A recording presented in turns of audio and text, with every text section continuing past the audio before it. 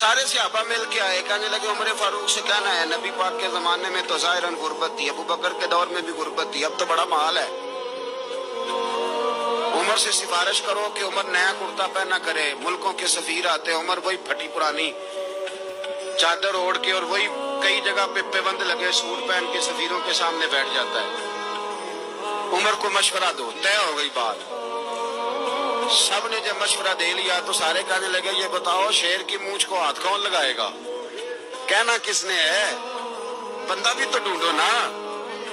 ने कहा जनाब मेरा ये ख्याल है कि मौला अली शेर खुदा कहेंगे, क्योंकि जिस शख्स की उम्र को सबसे ज्यादा हया करते देखा वो शेर खुदा मौला अली है, रदी अल्लाह ताला अली कहेंगे। इसलिए कि जनाब अली तो कई दफा जब गुफ्तगू करते थे तो हजरत उमर चुप कर जाते थे और फरमाते थे अली ना होता तो मैं हलाक हो जाता।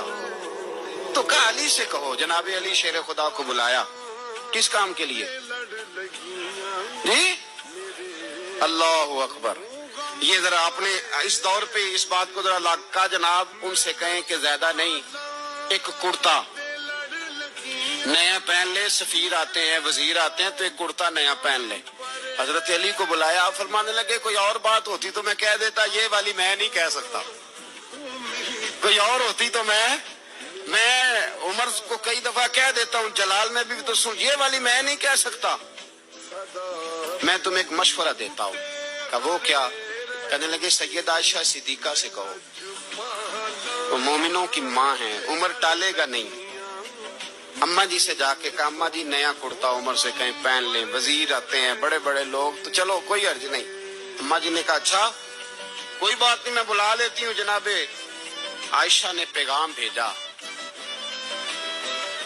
जब खादम ने कहा ना मुस्तफा के घर से पैगाम आया है, तो 20 लोग बैठे थे। उमर कांपते हुए उठे, कांपते दौड़े।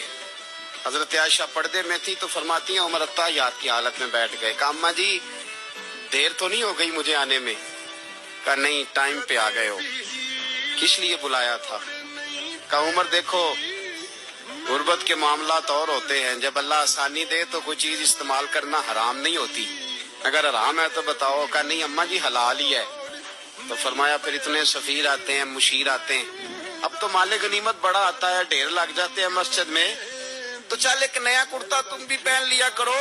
और आप नया कुर्ता पहनोगे तो धाक बैठेगी गैरों पर।